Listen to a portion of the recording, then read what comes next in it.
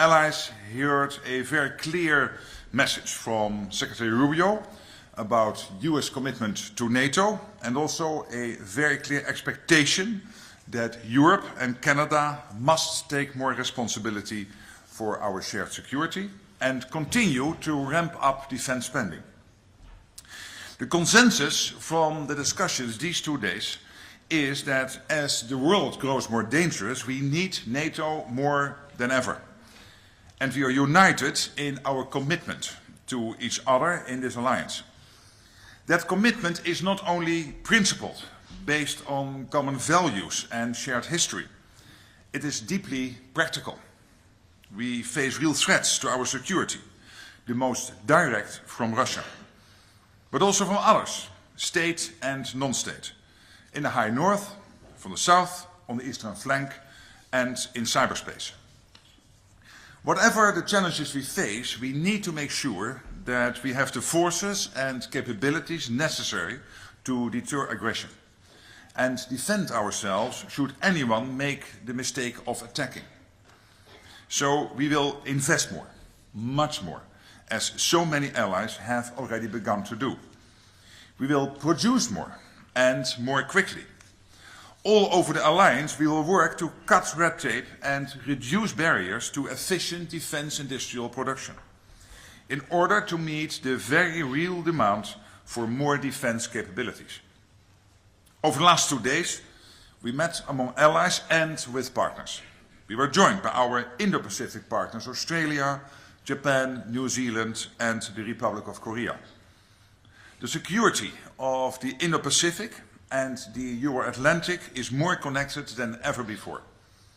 The war against Ukraine is but one example of this, as China, North Korea, and Iran continue to support Russia's war machine. This poses risks to us all, but we are attentive to those risks and determined to ensure we are equipped to address them. So we continue to strengthen our ties, including on defense industrial cooperation. Ministers discussed this yesterday, affirming how important it is that we continue to deepen NATO's partnerships in the region. And we discussed the important talks that the US is leading with Ukraine as well as with Russia to try to bring the war to a just and lasting end. We support the push for peace. And allies, including through efforts spearheaded by France and the UK, have shown that they are ready, willing and able to shoulder more responsibility in helping to secure peace when the time comes. NATO itself continues to provide political and practical support for Ukraine through our command in Wiesbaden, our office in Ukraine and more. And as announced on Wednesday, in the first 3 months of 2025, NATO allies have pledged more than 20 billion euros in security assistance for Ukraine. So our commitment is clear. We were also joined last night and again this morning by the EU High Representative for Foreign Affairs and Security Policy, Kaja Kallas. And we discussed how we can work together to boost defense spending and ramp up defense production. Kaja Kallas briefed allies on the White Paper for European Defence Readiness 2030. The transatlantic relationship remains the cornerstone of European security and of global stability. And the inclusion of non-EU allies will remain essential. But we should build on this unique opportunity to strengthen NATO-EU cooperation even further. We all stand to gain by working together. First of all, I know tariffs isn't NATO's bailiwick, but it is something that's come up at the meeting.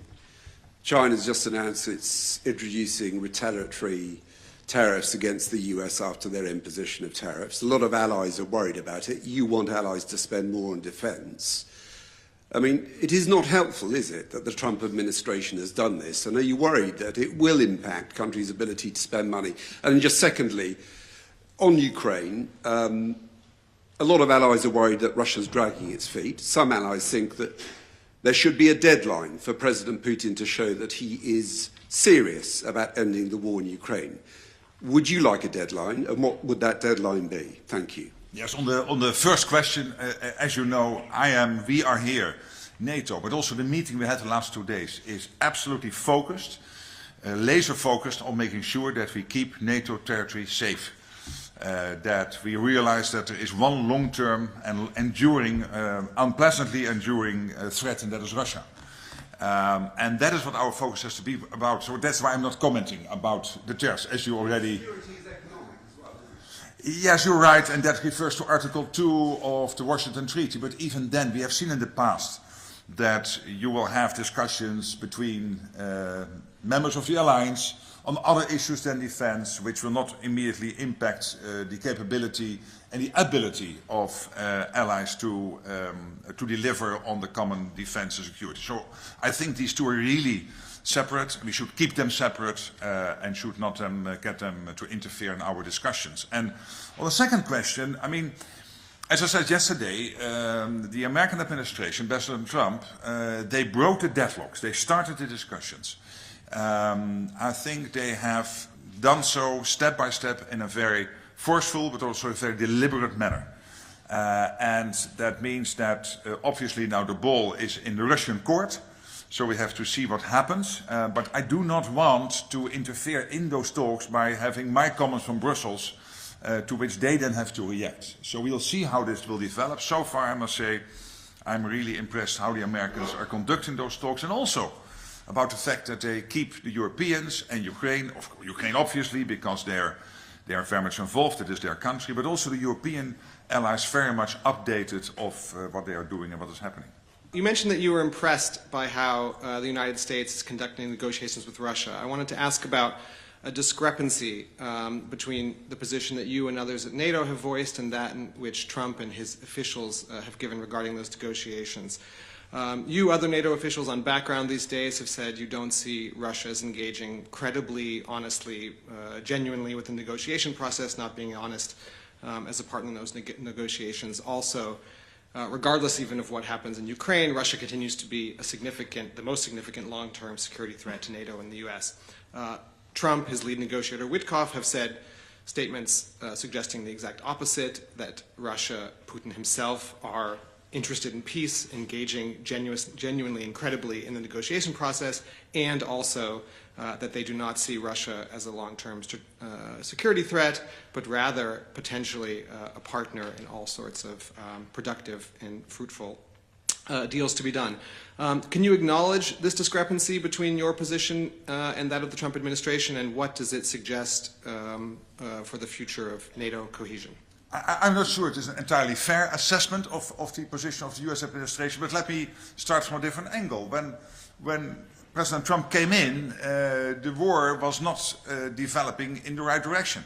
We saw the front line moving from the east to the west, and we wanted the front line to move from the west to the east. It wasn't. The Russians were very slowly, and against a lot of people dying or getting seriously wounded on their side, and by the way also the Ukrainian side, but they were making very slow progress.